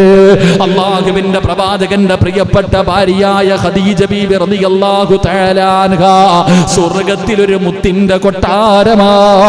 ഒരാള് പോലും അടുത്തേക്ക് പോകാൻ കഴിയാത്ത, ഒരു ശല്യവും ചെയ്യാത്ത മനോഹരമായ ഒരു കൊട്ടാരം അല്ലാഹുവേ ഖദീജയ്ക്കുണ്ട്. എന്തിനാ അല്ലാഹ് ഇത് കൊടുക്കുന്നതെന്നറിയുമോ? 25 കൊല്ലം അല്ലാഹുവിന്റെ പ്രവാചകന്റെ കൂടെ ജീവിച്ചിട്ട് 25 വർഷക്കാലം അല്ലാഹുവിന്റെ റസൂലിന്റെ കൂടെ ജീവിച്ചു. ഒരിക്കൽ പോലും ശബ്ദമുയർത്തി സംസാരിച്ചിട്ടില്ല. ഭർത്താവിനെക്കാളും 15 വയസ്സ് കൂടുതലാ. ഭർത്താവിനെക്കാളും 15 വയസ്സ് കൂടുതലുള്ള ഖദീജ 25 കൊല്ലം ഒരിക്കൽ പോലും അല്ലാഹുവിന്റെ റസൂൽ എന്ന ഭർത്താവിന്റെ മുന്നിൽ പടച്ചവരെ ശബ്ദമുയർത്തി സംസാരിച്ചിട്ടില്ല. അല്ലാഹുവേ, അപ്പൊ പെണ്ണുങ്ങൾ പറയും പ്രവാചകനായത് കൊണ്ടല്ലേ? അല്ല പെങ്ങള്, 25-ാമത്തെ വയസ്സിലാണ് അല്ലാഹുവിന്റെ പ്രവാചകന് ഖദീജയെ വിവാഹം കഴിച്ചത്. പ്രവാചകന് നുബൂവത്ത് കിട്ടിയത് എപ്പോഴെന്നറിയുമോ? 40-ാമത്തെ വയസ്സിലാ. 40-ാമത്തെ വയസ്സിലാ മുത്തുനബിക്ക് നുബൂവത്ത് കിട്ടിയത്. അപ്പൊ പ്രവാചകനായിരുന്നില്ല. ആ 25 കൊല്ലത്തിന്റെ ഇടയിൽ ഭർത്താവിന്റെ മുന്നിൽ ശബ്ദമുയർത്തിയിട്ടില്ലാത്തത് കാരണം അല്ലാഹു സ്വർഗ്ഗത്തിൽ ആരും ചെല്ലാത്ത ഒരു മുത്തിന്റെ കൊട്ടാരം കൊടുക്കുമെന്ന് മുത്തുനബി പറയുമ്പോ, പെങ്ങളെ, ഭർത്താവിനെ അനുസരിച്ചാ നിനക്ക് സ്വർഗമുണ്ട്, നിനക്ക് സ്വർഗത്തിന്റെ അനുഗ്രഹങ്ങളുണ്ട്. അങ്ങനെ അനുസരിക്കുന്ന ഒരു സ്വഭാവം നിനക്കുണ്ടോ? നീ സ്വാലിഹത്തായ പെണ്ണാണെന്ന് നബി മുഹമ്മദ് മുസ്തഫ സ്വല്ലല്ലാഹു അലൈഹി വസല്ലമ തങ്ങൾ പറയുമ്പോൾ മൂന്നാമത്തെ പെണ്ണാരെന്നറിയോ? സ്വാലിഹത്തായ പെണ്ണിന്റെ മൂന്നാമത്തെ അടയാളം എന്തെന്നറിയോ? മുത്തുനബി പറയുകയാ, ഭർത്താവിനെ ചതിക്കാത്ത പെണ്ണാ. ഭർത്താവിന്റെ അസാന്നിധ്യമുണ്ടല്ലോ, ഭർത്താവ് കച്ചവടത്തിന് പോയി, ഭർത്താവ് ഗൾഫിൽ പോയി, ആ സമയത്ത് ഒറ്റയ്ക്ക് തന്റെ മക്കളുമായി 2 നിലയുള്ള വീടിന്റെ അകത്ത് ഒറ്റയ്ക്ക് കഴിയുമ്പോഴും പടച്ചവരെ തന്റെ ഭർത്താവിനെ വഞ്ചിക്കാത്ത പെണ്ണുണ്ടല്ലോ, തന്റെ ഭർത്താവിന്റെ സമ്പാദ്യം സൂക്ഷിക്കുന്ന പെണ്ണുണ്ടല്ലോ, തന്റെ ഭർത്താവിന്റെ അഭിമാനം സൂക്ഷിക്കുന്ന പെണ്ണുണ്ടല്ലോ, അവള് സ്വാലിഹത്തായ പെണ്ണാണെന്ന് നബി മുഹമ്മദ് മുസ്തഫ സ്വല്ലല്ലാഹു അലൈഹി വസല്ലമ തങ്ങൾ പറയുമ്പോൾ, പടച്ചവനെ, ചില ഭർത്താവിന്റെ മുന്നിലെങ്ങാളും ഭാര്യയെക്കുറിച്ച് മോശമായിട്ട് പറഞ്ഞ ഭർത്താവ് പറയും, എന്റെ ഭാര്യ ഒരിക്കലും അങ്ങനെ ചെയ്യില്ല. അതാണ്, ആരെങ്കിലും തന്റെ ഭാര്യയെ കുറിച്ച് എന്തെങ്കിലും പറഞ്ഞാൽ പറയും, എന്റെ ആമിനായോ ഞാൻ വിശ്വസിക്കൂല. എന്റെ പ്രിയപ്പെട്ടവരെ, ഭാര്യ എങ്ങനാ? തന്റെ ഭർത്താവ് നാട്ടിലില്ല, തന്റെ ഭർത്താവിന്റെ സമ്പത്തും തന്റെ ശരീരവും സൂക്ഷിക്കുന്ന പെണ്ണ് നമ്മുടെ ഭാര്യ അങ്ങനത്തെ ഒരുത്തിയാണെങ്കിൽ, ഒരിക്കലും നമ്മളെ ചതിക്കാത്ത ഒരു പെണ്ണാണ് നമ്മുടെ ഭാര്യയെങ്കിൽ, അള്ളാഹു അവൾ സാലിഹത്താണെന്ന് നബി മുഹമ്മദ് മുസ്തഫ സല്ലല്ലാഹു അലൈഹി വസല്ലം അങ്ങനെ ഒരു ഉറച്ച വിശ്വാസം. എൻ്റെ ഭാര്യ ആരെയും ഫോൺ വിളിക്കൂല, എൻ്റെ ഭാര്യ ആർക്കും മെസ്സേജ് എഴുതൂല, എൻ്റെ ഭാര്യ ഒരിക്കലും എന്നെ വഞ്ചിക്കില്ല, അങ്ങനൊരു വിശ്വാസം. എൻ്റെ പ്രിയപ്പെട്ടവരെ, നമുക്ക് നമ്മുടെ ഭാര്യ അങ്ങനെ ആകണം. തൻ്റെ ഭർത്താവിൻ്റെ സമ്പാദ്യവും എല്ലാം സൂക്ഷിക്കുന്ന പെണ്ണ്. അല്ലാതെ എടുത്ത് ഒളിച്ചും പാത്തും അങ്ങോട്ടും ഇങ്ങോട്ടും കൊടുക്കല്ല. ഭർത്താവ് അറിയാതെ എടുത്തും അങ്ങോട്ട് കൊടുക്കുക, അങ്ങനൊന്നും കൊടുക്കാൻ പാടില്ല. അള്ളാഹു ഈമാൻ തരുമാറാകട്ടെ. അതാരുമാണെങ്കിലും ചെയ്യാൻ പാടുണ്ടോ?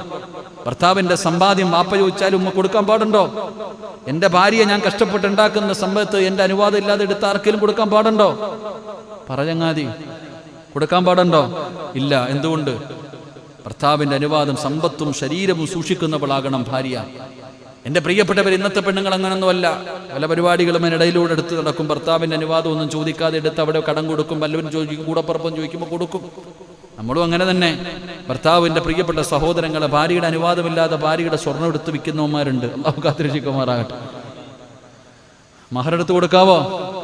ഭാര്യയുടെ സ്വർണം നമുക്ക് എടുക്കാവോ? എന്തെങ്കിലും ഇങ്ങനെ ഇരിക്കണേ? എന്താണ് സാറേ? ഷാജിക്കയുടെ ഭാര്യയുടെ സ്വർണ്ണം ഉണ്ട്, ഷാജിക്കായ്ക്ക് എടുക്കാവോ? ചോദിക്കാതെ എടുക്കാൻ പറ്റുമോ? അതെടുക്കാൻ പറ്റാത്ത നമ്മുടെ ഭാര്യയല്ലേ? എന്തേ പറ്റാതെ? എന്താ ഷൗകണ്ണേ? ഷൗകണ്ണ പിന്നെ ചോദിക്കാനൊന്നും ഇല്ല അല്ലേ? നമ്മൾ ശ്രദ്ധിക്കേണ്ട കാര്യം, എൻ്റെ ഭാര്യയുടെ സ്വർണം അല്ലേ, അപ്പൊ അത് എന്റേതാണോ? അല്ല. കാരണം ബന്ധം ഒഴിയുമ്പോ ഇതൊക്കെ തിരിച്ചു കൊടുക്കണോ? ഒരു ഭാര്യയും ഭർത്താവും തമ്മിൽ തലാക്ക് ബന്ധം ഒഴിഞ്ഞു അല്ലേ? രണ്ടുപേരും ബന്ധം ഒഴിയുമ്പോ 50 പവൻ തന്നിട്ടുണ്ട്, തിരിച്ചു തരണം. കൊടുക്കണോ?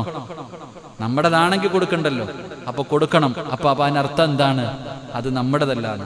പക്ഷെ മഹർ വരെ തിരിച്ചു വാങ്ങിക്കൊണ്ടു പോകുന്ന മഹാന്മാരുണ്ട്. മഹർ വരെ ഒരിക്കലും പെണ്ണിന്റെ ഇന്ന് മഹർ തിരിച്ചു വാങ്ങാൻ പാടില്ല. അല്ലാഹു ഈമാൻ തരുമാറാകട്ടെ. അത് അവൾ കൊള്ളതാ, അത് അവളുടെ അവകാശം. മഹർ തിരിച്ചു വാങ്ങാൻ കഴിയില്ല. ഭാര്യയുടെ സ്വർണ്ണമാണെങ്കിലും അനുവാദം ചോദിച്ചിട്ടേ എടുക്കാവൂ. അവളുടെ മാതാപിതാക്കളോടൊക്കെ ചോദിക്കണം, എന്നിട്ട് വേണം എടുക്കാൻ കേട്ടോ.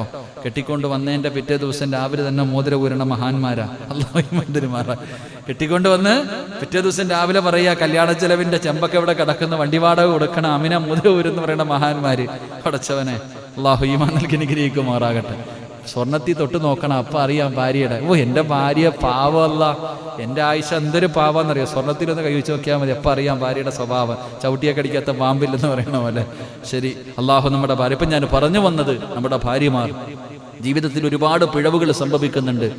ജീവിതത്തിൽ പിഴവ് പറ്റിപ്പോയി എത്രയോ സഹോദരിമാർ ഉസ്താദെ പറ്റിപ്പോയല്ലോ ജീവിതത്തിൽ കരയുന്ന ഒരുപാട് പേരുണ്ട്. തന്റെ ഭാര്യയ്ക്ക് എന്തെങ്കിലും ഒരു പോരായ്മ, ഒരു മെസ്സേജ് എഴുതിയതിന്റെ പേരിൽ തലാക്ക് പറയുന്ന മഹാന്മാരുണ്ട്. എന്തിന് സഹോദരങ്ങൾ എങ്ങനെ ചെയ്യണത്? നമ്മുടെ ഭാര്യ വിട്ടുവീഴ്ച ചെയ്യണമല്ലോ. ഏതെങ്കിലും ഒരു സാഹചര്യത്തിൽ പെട്ടുപോകാം, ഒരു മെസ്സേജ് എഴുതി, അല്ലെങ്കിൽ എന്തെങ്കിലും ഒരു തെറ്റ് ചെയ്തു പോയി, ഒരു അവസരം കൊടുക്കാൻ തയ്യാറാകുന്നില്ല. എന്തെങ്കിലും നിസ്സാര കാര്യത്തിന്റെ പേരിൽ കൊണ്ടുപോയി ഒഴിവാക്കാൻ കുടുംബക്കാരെല്ലാവരും ഒഴിവാക്കാനാ നോക്കുന്നത്. എടാ, നീ എന്തൊക്കെ ചെയ്യുന്നു? ഒരു ഭാര്യ ഒരു മെസ്സേജ് എഴുതി, അല്ലെങ്കിൽ ഭാര്യയുടെ ഫോണിൽ ഒരു കോൾ വന്നു സംസാരിച്ചത് എന്തൊരു പേര് തലാക്ക്. ഈ പറയുന്നവൻ ആരോടൊക്കെ സംസാരിക്കുന്നു? പറയുന്നവൻ ആർക്കൊക്കെ മെസ്സേജ് എഴുതുന്നു? മനസ്സറിഞ്ഞൊന്ന് തൗബ ചെയ്താൽ തീരാത്ത ഏത് പാപമാവുള്ളേ? ഒന്ന് തൗബ ചെയ്താൽ തൗബയുടെ വില നിനക്കറിയാഞ്ഞിട്ടാ. മഹാനായ നബിയുനാ റസൂലുള്ളാഹി സ്വല്ലല്ലാഹു അലൈഹി വസല്ലം, എൻ്റെ പ്രിയപ്പെട്ട പെങ്ങളെ, മനസ്സിന്റെ ഉള്ളിൽ ഭർത്താവിനെ വഞ്ചിച്ചു പോയല്ലോ, എൻ്റെ ഭർത്താവിനോട് ഞാൻ അങ്ങനെ ചെയ്തു പോയല്ലോ. മനസ്സിന്റെ ഉള്ളിൽ വേദനകളുമായി കഴിയുന്ന ഒരുപാട് പെണ്ണുങ്ങളുണ്ട്. എൻ്റെ പ്രിയപ്പെട്ട പെണ്ണേ, ജീവിതത്തിൽ പിഴവ് സംഭവിച്ചു പോയെങ്കിൽ നീ അള്ളാഹുവിന്റെ മുന്നിൽ പശ്ചാത്തപിച്ചു മടങ്ങ്. ഒരു ചരിത്രം പറയാ, മഹാനായ നബി മുഹമ്മദ് മുസ്തഫ തങ്ങള് അല്ലാഹുവിന്റെ പ്രവാചകന്റെ മുന്നിൽ ഒരു പെണ്ണ് വന്ന് കരഞ്ഞുകൊണ്ട് പറയുകയാണ്, യാ റസൂലല്ലാഹ്, അല്ലാഹുവിന്റെ നബിയേ, ഞാൻ വ്യഭിചരിച്ചു നബിയേ, ഞാൻ പാപം ചെയ്തു നബിയേ, ഞാൻ തെറ്റുകാരനായി പോയി നബിയേ. അല്ലാഹുവിന്റെ പ്രവാചകന്റെ മുന്നിൽ വന്ന് തെറ്റ് ചെയ്തു പോയെന്നൊരു പെണ്ണ് പറയുമ്പോ, വ്യഭിചരിച്ചു പോയെന്ന് പ്രവാചകന്റെ മുന്നിൽ വന്ന് കരഞ്ഞുകൊണ്ട് പറയുമ്പോ, അല്ലാഹുവേ അവസാനം അവിടെ നിന്ന് ഇസ്ലാമിൽ വ്യഭിചരിച്ച പെണ്ണിനെ എന്ത് ചെയ്യണമെന്നാ ശിക്ഷ? എറിഞ്ഞു കൊല്ലണമെന്നാണല്ലോ. വ്യഭിചരിച്ചവനെ എറിഞ്ഞു കൊല്ലണമെന്നാണ് ഇസ്ലാമിന്റെ നിയമം. ആ പെണ്ണ് മുത്തുനബിയുടെ മുന്നിൽ വന്നു. അവിടെ നിന്ന് പടച്ചവനെ എല്ലാം തുറന്നു പറയുകയാ, എല്ലാം തുറന്നു പറയുകയാണ്. പടച്ചവനെ അവിടെ നിന്ന് എറിഞ്ഞു കൊല്ലുകയാണ്. അവസാനം മയ്യത്ത് കബറടക്കാ സമയമായപ്പോ മയ്യത്ത് വേണ്ടി അവിടെ നിന്ന് മരിച്ചുപോയ എറിഞ്ഞു കൊന്ന പെണ്ണുണ്ടല്ലോ, ആ പെണ്ണിന്റെ ജനാസ പൊതിഞ്ഞിട്ട് മയ്യത്ത് നമസ്കാരത്തിനെടുത്തു വെക്കുമ്പോ അല്ലാഹുവിന്റെ പ്രവാചകന് മയ്യത്ത് നമസ്കരിക്കാൻ വേണ്ടി എഴുന്നേൽക്കുകയാണ്. ആ വ്യഭിചരിച്ച പെണ്ണ്, എറിഞ്ഞു കൊന്ന പെണ്ണ്, ആ പെണ്ണിന്റെ മയ്യത്ത് കൊണ്ടുവന്ന് വെച്ചപ്പോ റസൂലുള്ളാഹി തങ്ങൾ നമസ്കരിക്കാൻ വേണ്ടി എഴുന്നേൽക്കുമ്പോ മഹാനായ സയ്യിദുനാ ഉമർ ഇബ്നുൽ ഖത്താബ് റളിയല്ലാഹു തആല അൻഹു, ഉമർ ഇബ്നുൽ ഖത്താബ് റളിയല്ലാഹു തആല അൻഹു പടച്ചവനെ മുത്തുനബിയുടെ ചുമലിലേക്ക് കൈവെക്കുകയാണ്. അല്ലാഹുവിന്റെ റസൂലിനോട് ചോദിക്കുന്നു, യാ റസൂലല്ലാഹ്, ഈ പെണ്ണിന്റെ മയ്യത്ത് അങ്ങ് നമസ്കരിക്കാൻ പോകുകയാണോ നബിയേ? ഈ വ്യഭിചാരത്തിൽ എറിഞ്ഞു കൊന്ന പെണ്ണ്, ഈ പെണ്ണിനെ എറിഞ്ഞു കൊന്നതാണല്ലോ, ഇവളുടെ മയ്യത്ത് നമസ്കാരത്തിന് ഇമാമത്ത് നിൽക്കാൻ പോവുകയാണോ? അല്ലാഹുവിന്റെ പ്രവാചകനോട് ഉമർ ഇബ്നുൽ ഖത്താബ് റളിയല്ലാഹു തആല അൻഹു ചോദിക്കുമ്പോ റസൂലുള്ളാഹി പറഞ്ഞു, ഉമറേ, ഈ പെണ്ണാരെന്നറിയുവോ? ഈ പെണ്ണിന്റെ തൗബ എന്തെന്നറിയുവോ? റസൂലുള്ളാഹി പറയുകയാ, ഈ നാട്ടിലെ സർവ്വ ആൾക്കാർക്കും ഈ പെണ്ണിന്റെ തൗബ എങ്ങാണം വിഹിതം വെച്ച് കൊടുത്താൽ അല്ലാഹുവേ സർവരുടെയും പാപം അല്ലാഹു പുറത്തു കൊടുക്കും. അങ്ങനെ ഒരു തൗബയായിരുന്നു, അങ്ങനെ ഒരു തൗബയായിരുന്നു പടച്ചവരെ, അങ്ങനായിരുന്നു മുത്തുനബിയുടെ മുന്നിൽ അല്ലാഹുവിന്റെ പ്രവാചകൻ. അങ്ങനാണല്ലോ ചില പേരുടെ തൗബ എങ്ങനാണ്, എത്ര പറഞ്ഞാലും അവരുടെ തൗബ ആത്മാർത്ഥമാണ്. നമ്മളെ പോലെ ചെയ്യില്ലെന്ന് പറഞ്ഞിട്ട് ചെയ്യുന്ന തൗബയല്ല. അല്ലാഹുവിന്റെ റസൂലിന്റെ മുന്നിൽ ഒരു പെണ്ണ് വന്നിട്ട് പറയുന്നു, യാ റസൂലല്ലാഹ്, എന്റെ വയറ്റിൽ കിടക്കുന്ന കുഞ്ഞ് വ്യഭിചാരത്തിലൂടെ ഉണ്ടായതാണ്, വ്യഭിചാരത്തിലൂടെ ഉണ്ടായ കുഞ്ഞാണ് നബിയേ, ഞാൻ വ്യഭിചരിച്ചു നബിയേ. അല്ലാഹുവിന്റെ റസൂൽ ആ പെണ്ണിനോട് പറഞ്ഞു, നീ ഗർഭിണിയല്ലേ, നീ പ്രസവിച്ചിട്ട് വരാൻ, നീ പ്രസവിച്ചിട്ട് വരാൻ. ആ പെണ്ണ് പോയി പടച്ചവരെ 9.5 മാസം കഴിഞ്ഞു, അവിടെ നിന്ന് പ്രസവിച്ചു. ചോര കുഞ്ഞിനെയും കൊണ്ട് ഇലാ ഹദ്റത്തി റസൂലില്ലാഹ് മുത്തുനബിയുടെ ചാരത്ത് വന്നു, നബിയെ ഞാൻ പ്രസവിച്ചു, ഇനി എന്നെ എറിഞ്ഞു കൊല്ല് നബിയെ. അല്ലാഹുവിന്റെ റസൂല് പറഞ്ഞു, പെണ്ണേ, നീ പോയാ പാല് കൊടുക്കാൻ ആരുമില്ലല്ലോ, അതുകൊണ്ട് ഈ കുഞ്ഞിന് നീ പാല് കൊടുക്ക്. ഒരു പെണ്ണ് ഗർഭിണിയാ, പ്രവാചകൻ സല്ലല്ലാഹു അലൈഹി വസല്ലമ തങ്ങളുടെ ചാരത്ത് വന്നിട്ട് പറഞ്ഞു, നബിയെ ഞാൻ വ്യഭിചരിച്ചു നബിയെ, എന്റെ വയറ്റിൽ കിടക്കണ കുഞ്ഞ് വ്യഭിചാരത്തിലൂടെ ഉണ്ടായതാ, എനിക്ക് ശിക്ഷതാ. പ്രവാചകൻ പറഞ്ഞു, നീ പോ, പ്രസവിച്ചിട്ട് വാ, മനസ്സ് മാറിയാലോ. എറിഞ്ഞു കൊല്ലാനല്ല നോക്കിയത്, ആ പെണ്ണ് തിരിച്ചു വരില്ല എന്ന് കരുതിയിട്ട് പ്രവാചകൻ പറഞ്ഞു, നീ പോ. 9.5 മാസം കഴിഞ്ഞു, പ്രസവം കഴിഞ്ഞിട്ട് ചോര കുഞ്ഞിനെയും കൊണ്ടുവന്ന് മുത്തുനബിയുടെ മുന്നിൽ വെച്ചിട്ട് പറയാ, പ്രസവിച്ച് നബിയെ എനിക്കുള്ള ശിക്ഷതാ. റസൂലുള്ളാഹി പറഞ്ഞു, നീ പോയി പാല് കൊടുക്കു കുഞ്ഞിന്, അങ്ങനെയെങ്കിലും കുഞ്ഞിന്റെ മുഖം കാണുമ്പോഴെങ്കിലും മനസ്സ് മാറുമെന്ന് വിചാരിച്ചിട്ടാ പറഞ്ഞിട്ടെ. ആ പെണ്ണ് പോയിട്ട് തന്റെ കുഞ്ഞു പാല് കുടിക്കും. അവസാനം ഭക്ഷണം കഴിക്കാൻ സമയമായപ്പോ, പാലുകുടിയൊക്കെ കഴിഞ്ഞ് വർഷങ്ങൾ കഴിഞ്ഞ് തൻ്റെ കുഞ്ഞു ഭക്ഷണം കഴിക്കാൻ മുത്തുനബിയുടെ മുന്നിൽ കൊണ്ടുവന്നിട്ട് കാണിച്ചു കൊടുത്തു, നബിയെ എൻ്റെ മോൻ പാലല്ലാത്ത ഭക്ഷണം കഴിക്കാൻ തുടങ്ങി, എനിക്ക് ശിക്ഷതാ നബിയെ. സല്ലല്ലാഹു അലൈഹി വസല്ലം മുത്തുനബിയുടെ മുന്നിൽ റസൂലുള്ളാഹി തങ്ങൾ അവിടെ നിന്ന് ചോദിച്ചപ്പോൾ പറഞ്ഞ എന്തെന്നറിയോ? നബിയെ, ഒരു തെറ്റിന്റെ പേരിൽ അള്ളാഹു 2 പ്രാവശ്യം ഒരു മനുഷ്യനെ ശിക്ഷിക്കില്ല. ഒരു തെറ്റ് ചെയ്തതിന്റെ പേരിൽ 2 പ്രാവശ്യം അല്ല ഒരാളെ ശിക്ഷിക്കോ? ഇല്ല, അല്ല നീതിമാനാ. അപ്പൊ ഇവിടെ വെച്ച് ഇതാണെങ്കിൽ എറിഞ്ഞങ്ങ് മരിക്കുന്നതോടുകൂടി എന്റെ കാര്യം തീർന്നു. പക്ഷെ അള്ളാഹുടെ മുന്നിൽ പോകുമ്പോൾ എനിക്ക് രക്ഷപ്പെടാമല്ലോ. പക്ഷേ അവിടെ പോയാൽ എന്നെ കൊണ്ട് താങ്ങാൻ പറ്റില്ല നബിയെ. എൻ്റെ പ്രിയപ്പെട്ട സഹോദരങ്ങളെ, ആ പെണ്ണിൻ്റെ മയ്യത്ത് നമസ്കരിക്കാൻ പോകുമ്പോഴാ ഉമർ തങ്ങൾ തടന്നിട്ട് ചോദിക്കാൻ, നബിയെ വ്യഭിചരിച്ച് എറിഞ്ഞു കൊന്ന പെണ്ണിൻ്റെ മയ്യത്താണോ നിസ്കരിക്കണേ? അവിടെ നിന്ന് പറഞ്ഞു കൊടുത്തു, ഈ പെണ്ണിൻ്റെ തൗബയെടുത്തിട്ട് വിഹിതം വെച്ചു കൊടുത്താൽ ഈ നാട്ടിലെ എല്ലാ മനുഷ്യരുടെയും പാവം അള്ളാഹ് പുറത്തു കൊടുക്കും. അത്രയും വലിയ തൗബയാ. അള്ളാഹു നമുക്ക് ഈമാൻ നൽകുമാറാകട്ടെ. അള്ളാഹ് നമുക്ക് ഈമാൻ നൽകുമാറാകട്ടെ. നമ്മുടെ ജീവിതത്തിൽ നമ്മളും മനുഷ്യരാ, അതുപോലെ നമ്മുടെ ഭാര്യയും. ആർക്കെല്ലാം നമ്മൾ മെസ്സേജ് എഴുതുന്നു, മലക്കുകളാ. പണ്ടാരോ പറഞ്ഞതുപോലെ തെറ്റ് ചെയ്യാത്തവർ എന്നെ കല്ലെറിഞ്ഞു എന്ന് പറഞ്ഞ പോലെ ആരാപ്പോ ഉള്ളേ? ഞാൻ എത്ര പേർക്ക് മെസ്സേജ് എഴുതുന്നു, ആരെല്ലാം ഞാൻ വിളിക്കുന്നു, എത്ര പേരോട് ഞാൻ സംസാരിക്കുന്നു നല്ലതും മോശവുമായി. പക്ഷെ അത് നമ്മുടെ ഭാര്യ ചെയ്ത് കഴിഞ്ഞാൽ പൊറുക്കാനുള്ള മനസ്സ് നമുക്കില്ലെങ്കിൽ വിട്ടുവീഴ്ചകൾ ചെയ്തു കൊടുക്കണം, തെറ്റുകൾ തിരുത്തി കൊടുക്കണം. എന്നിട്ടും പറ്റാതെ വരുമ്പോഴാണ് നമ്മൾ മറ്റുള്ളതിനെ കുറിച്ച് ചിന്തിക്കേണ്ടത്. അള്ളാഹു നമുക്ക് ഈമാൻ നൽകുമാറാകട്ടെ. അള്ളാഹു നമുക്ക് ഈമാൻ നൽകുമാറാകട്ടെ. നാളെ ഒരു മനുഷ്യനെ, നാളെ ഒരു പിതാവിനെ, നാളെ ഒരു ഭർത്താവിനെ നാളെ പടച്ച റബ്ബിന്റെ പരലോകത്തേക്ക് കൊണ്ടുവരികയാണ്. ഒരുപാട് നിസ്കാരമുണ്ട്, ഒരുപാട് ഖുർആൻ ഓതിയവനാണ്, ഒരുപാട് സ്വലാത്ത് പറഞ്ഞവനാണ്, ഒരുപാട് തഹജ്ജുദ് നിസ്കരിച്ചവനാണ്, ഒരുപാട് സദഖ കൊടുത്തവനാണ്, ഒരുപാട് വഅദ് പറഞ്ഞവനാണ്, ഒരുപാട് വഅദ് കേട്ടവനാണ്, ഏത് നല്ല കാര്യത്തിനും മുൻപന്തിയിൽ നിന്നവനാണ്, ഒരുപാട് സൽക്കർമ്മവുമായിട്ട് നാളെ പടച്ച റബ്ബിന്റെ പരലോകത്തേക്ക് അതാ ഒരു മനുഷ്യനെ കൊണ്ടുവരികയാണ്. എന്നിട്ട് പ്രവാചകൻ പറയുന്ന സ്വഹാബാ, ആ മനുഷ്യന്റെ നന്മകൾ മുഴുവനും, ആ മനുഷ്യന്റെ ജീവിതത്തിൽ ചെയ്ത സൽക്കർമ്മങ്ങൾ മുഴുവനും അവന്റെ കുടുംബം തിന്നുകളയും സ്വഹാബാ.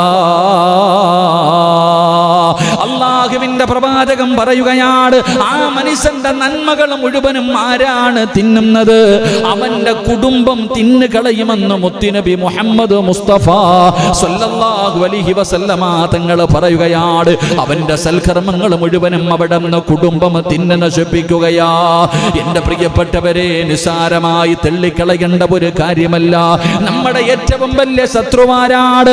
എന്റെ പ്രിയപ്പെട്ടവരെ, അല്ലാഹുവിന്റെ പ്രവാചകൻ സ്വല്ലല്ലാഹു അലൈഹി വസല്ലമ തങ്ങൾ പറയുകയാ, എന്റെ പ്രിയപ്പെട്ടവരെ, നാളെ പടച്ചുറപ്പിന്റെ പരലോകത്തേക്ക് നാളെ അല്ലാഹുവിന്റെ കോടതിയിൽ കടന്നു ചെന്നു, ഖബറിന്റെ അകത്ത് നിന്ന് എഴുന്നേറ്റു പടച്ചുറപ്പിന്റെ പരലോകത്തേക്ക് കടന്നു ചെല്ലുമ്പോൾ ജീവിതത്തിൽ ചെയ്ത അമലുകൾ അല്ലാഹു എടുത്തിട്ട് പടച്ചവന്റെ കരുണ കാരണം ചെയ്തു പോയ പാപങ്ങൾ മുഴുവനും അല്ലാഹു പുറത്തു തന്നിട്ട് എങ്ങനെയെങ്കിലും പടച്ചവന്റെ കരുണ